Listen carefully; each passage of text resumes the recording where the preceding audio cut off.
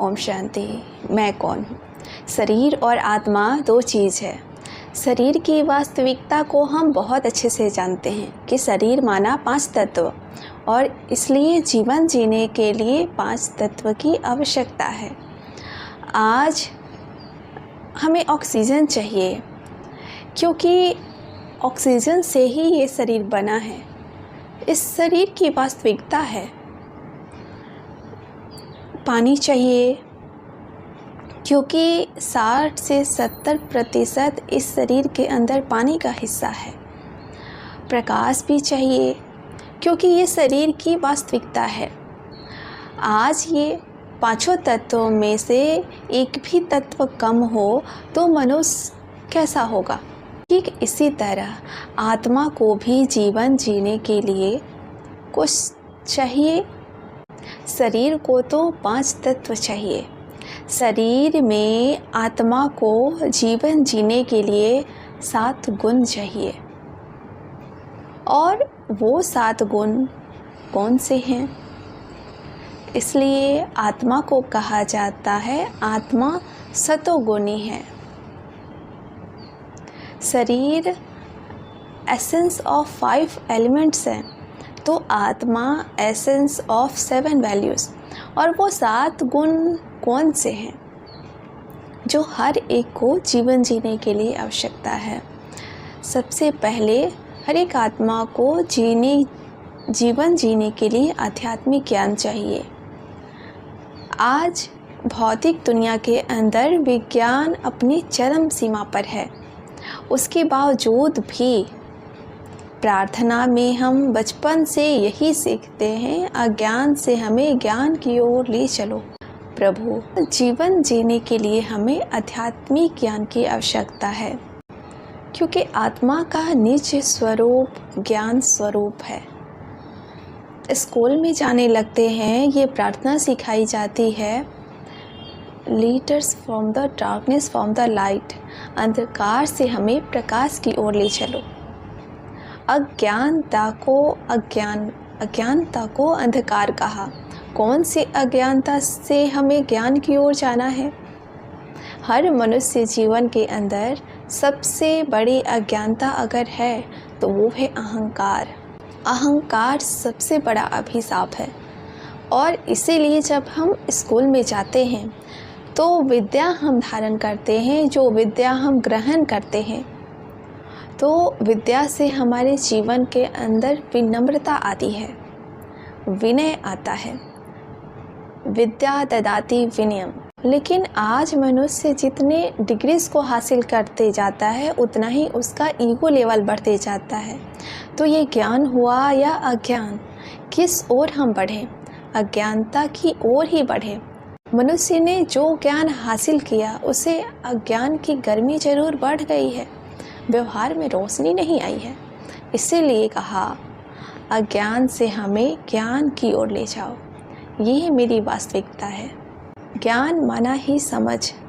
इस समझ को हम जब व्यवहार के अंदर ट्रांसलेट करते हैं, ले आते हैं, तब व्यवहार कुशलता हमारी बनती है। आत्मा अपने ओरिजिनल स्वरूप में बहुत प्योर इनोसेंट है। बच्चा जब जन्म लेता है तो कितना प्योर होता है, ये हमारी वास्तविकता है। लेकिन जैसे जैसे वो बच्चा बड़ा होने लगता है, वो उस वास्तविकता से दूर हटते जाता है और अशुद्धियों को अपने अंदर भरते जाता है। आत्मा का ओरिजिनल स्वरूप बहुत प्योर स्वरूप है। इसीलिए जहाँ पवित्र वातावरण होता है और उस पवित्र वातावरण के संपर्क में हम आते हैं, तो सुख का अनुभव करते हैं, सुकून का अनुभव करते हैं। तभी तो इंसान मंदिर जाता है। क्यों जाते हैं? उस पवित्र वाइब्रेशन में जब हम प्रवेश करते हैं तो आत्मा को जैसे शांति, सुकून का अनुभव होता है।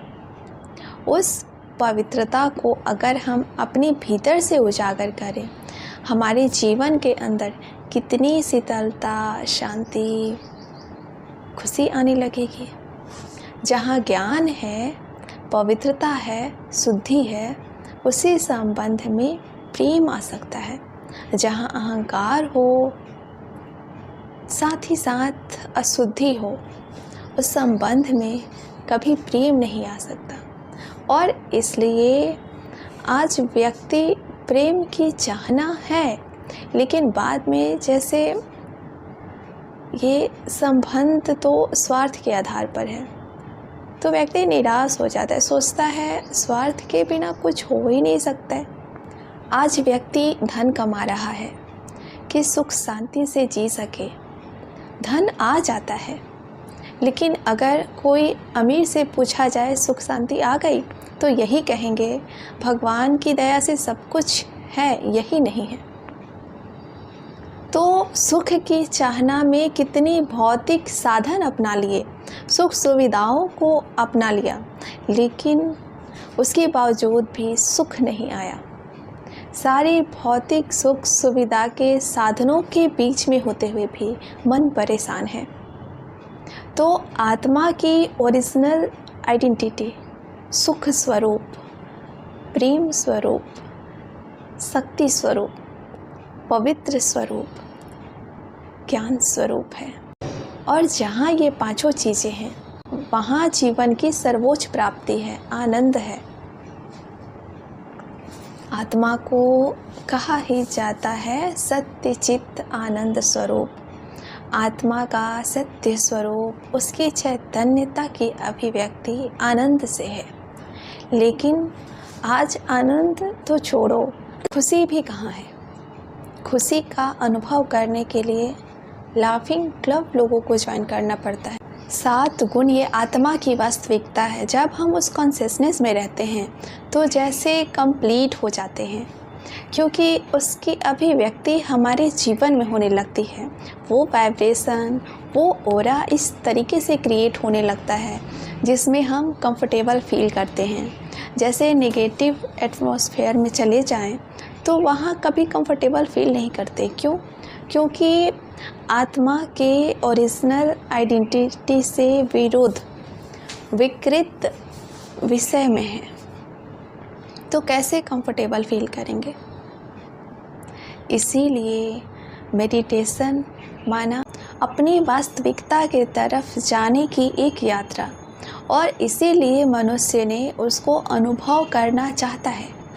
गीता के दूसरे अध्याय में भी अर्जुन को यही कहा कि हे अर्जुन, स्वधर्म को देखकर भी भय करने का योग नहीं। तुम अपने स्वधर्म में स्थित हो जाओ। स्वधर्म सुख देता है, पर धर्म दुख का कारण है। पर धर्म माना कोई दूसरे दैहिक धर्म की बात नहीं है, लेकिन आत्मा को स्व का धर्म, शांति, प्रेम, पवित्रता, आनंद, शक्ति, ये हमारी ओरिजिनल आइडेंटिटी है। उससे पर काम, क्रोध, लोभ, मोह, अहंकार, ईर्ष्या, नफरत, ये 7 अवगुण आ गए तो पर धर्म ये दुख का कारण है। जब हम काम, क्रोध, लोभ, मोह, अहंकार के वश होते हैं, यही तो दुख का कारण है। इसीलिए स्वधर्म में स्थित हो जाओ, यही सुख का आधार है। तो ये 7 गुण आत्मा की बैटरी है, लेकिन आज के युग में ये बैटरी डिस्चार्ज हो गई है। तो इस बैटरी को हम चार्ज कैसे करें? मेडिटेशन चार्जर है, लेकिन शांति में बैठ जाने से कोई चार्ज नहीं हो जाते हैं। हमें उस स्मृति में, उस कॉन्शियसनेस में अपने आप को स्टेबलाइज करना, स्थित करना होगा, तब हम अपनी बैटरी को फुल चार्ज कर सकते हैं। आज मनुष्य भी जीवन के अंदर संस्कारों की गरीबी का एहसास कर रहा है। जीवन तो जी रहा है, लेकिन वो क्या कहता है, रोज़मर्रा की ज़िंदगी है, रोज़ मरने वाला अनुभव होता है, रोज़मर्रा की ज़िंदगी है, क्योंकि अंदर से खोखला महसूस करता है अपने आप को। जीवन खोखला हो गया है। जो धन है, जो पोटेंशियल है, जो क्षमता है, वो तो भीतर है, लेकिन वहाँ तक हम पहुँच ही नहीं सकते। तभी सदियों से ये बात कही गई है, मैं कौन हूँ, इस पहेली को जिसने भी सुलझा दिया वो जीवन में इतना समृद्ध हो गया, कि उसके जीवन में कभी टेंशन, डिप्रेशन नाम की चीज़ आ ही नहीं सकती है। तो आइए इस योग के माध्यम से अपने जीवन को समृद्धि की ओर ले चले, अध्यात्म के आधार से समृद्धि की ओर ले चले। Thank you. ओम शांति।